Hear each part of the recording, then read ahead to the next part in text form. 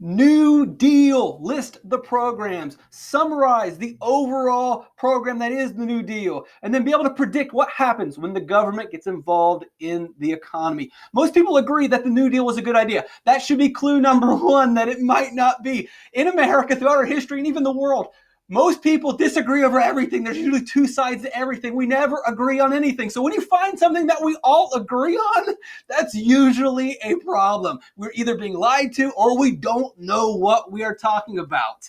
As a review from earlier, the 4 causes of the Great Depression. You know I don't agree with these, but if you want to get a 5 on the AP test, then you're going to need to make sure that you mark that, well, the Great Depression was caused by income disparity, overspeculation, overproduction, and too many loans.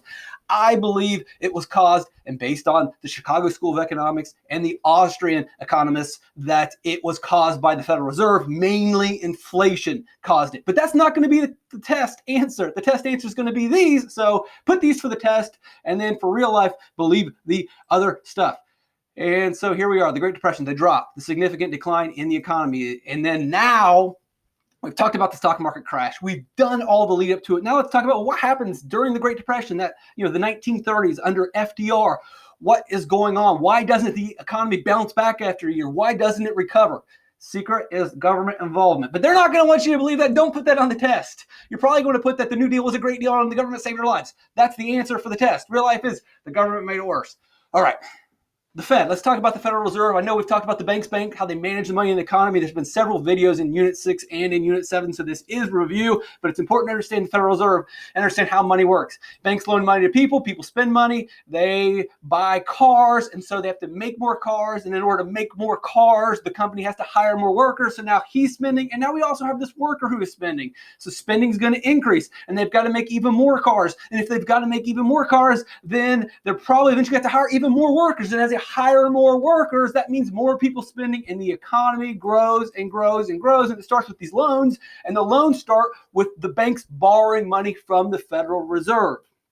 And that's the way the economy went up in the 1920s, and probably went up too fast because the Federal Reserve was giving too much money to the banks were giving too much money to people were spending too much, and that was inflating the prices of goods. And it had to come down at some point, but it didn't need to crash. We don't have to have big ups and big downs. We don't need that. But when you have a Federal Reserve like we do, we have created a system of big ups, big booms, and big crashes and big time bubbles. We don't need that. So when banks don't loan money, if the Federal Reserve does not give money to the banks, or they make it expensive to borrow money, then the banks make it expensive to borrow money. That means people don't borrow money. And if people don't spend, they don't buy goods. And if they're not buying cars, then the companies start making less cars. We're not selling as many cars as we used to, so we don't need as many workers, so they fire workers. Now this guy's not working. Now this guy's not spending anything at all. And he's spending less. And so I'm spending less, he's spending less. They're going to make even less. And as they make even less cars or fewer cars, they're going to need fewer workers. And so they fire more people, and it spirals out of control. And it started by the banks not loaning money. And the banks weren't loaning money because technically the Federal Reserve wasn't loaning money. And this looks like a terrible thing because the economy is shrinking. And it can be bad if it's a big boom by the Federal Reserve and a big bang, pop, crash, pow from the Federal Reserve. But if these things are managed, or really just not managed at all and just allowed to happen naturally, you'll have some gradual ups and you'll have some gradual downs, because it can't go up forever.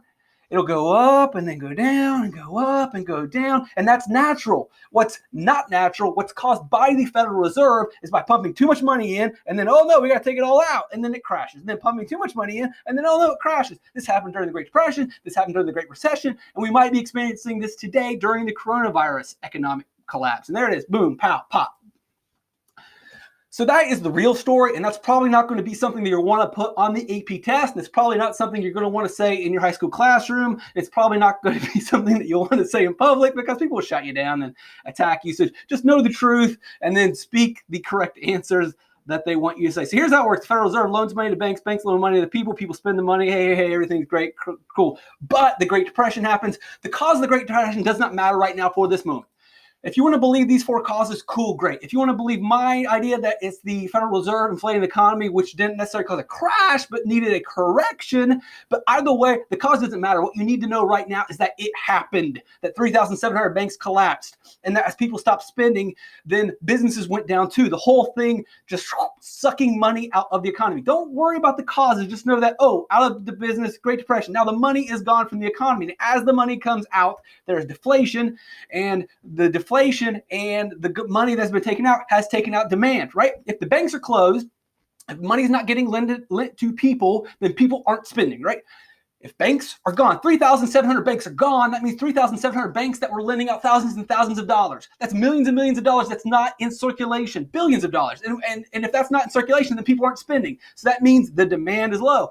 And as demand decreases, let's imagine a car. Let's say I don't have any money, and the car dealer says, hey, you want to buy a car for me? And I say, hey, I don't have any money. I just told you that. Oh, okay. Well, I'm going to lower the price by $500. You want to buy a car?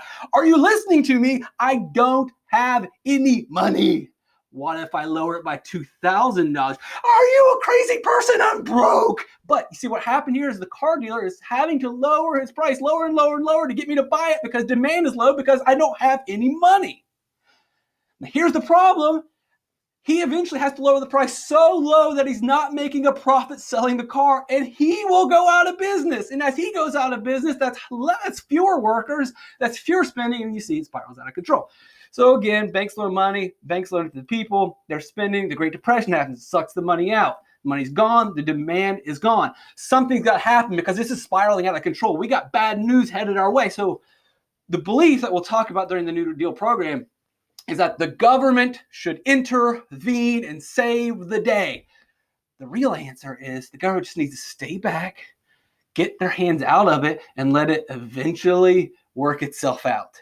Don't put that on the AP test. But if you want to know the answer that's not on the AP test, it's, hey, government, just stay back, be patient. It's going to hurt a little bit. It's going to be painful. People are going to lose jobs. It's going to suck.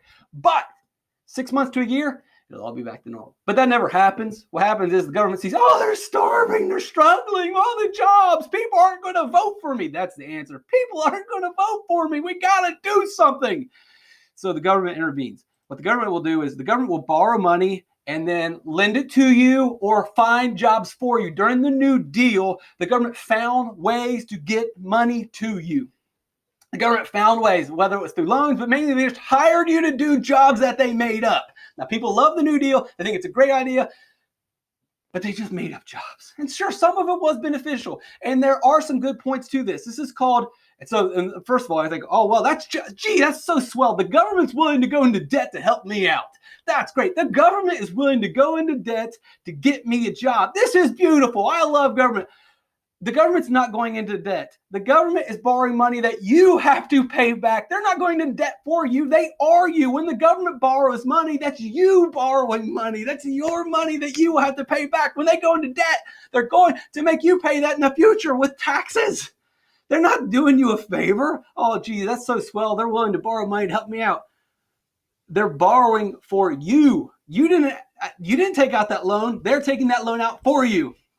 Anyway, this is called Keynesian Economics, and there is some legitimate defense of this. People love this, but they shouldn't love it, right? The government's borrowing money for you and giving it to you to do some worthless job that no one wants. Now, there can be some examples of Keynesian economics that can work if it's directed and it doesn't muddle and meddle with the economy too much. Unfortunately, during the New Deal, and this is a story that's not going to be on the AP, it's that the government meddled too much. They borrowed too much, they got involved in too much, and they took what could have been a one-year crisis and made it a 10-year problem because they were always meddling. Keynesian economics directed and in control and not haphazardly planned or poorly planned or mismanaged, if it's direct and thoughtful and specific, then Keynesian economics can work temporarily. But when you do it just whatever you want, whenever you want, however you want, whenever day, making it up on the fly, and that's what FDR did. They were making up new plans every single day,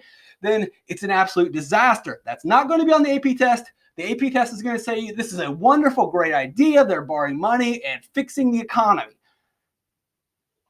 The Depression lasted for 10 years. How is that fixing the economy? It doesn't make sense. But anyway, so as we go on. Now, as they borrow money and they pay you to do some whatever job, you're now able to spend money. And as you can spend, it's going to create demand. When people have money, they spend money. And in theory, it should lift the economy up and end the Depression. It didn't. I mean, you can look at the charts, you can look at the graphs that I've shown you.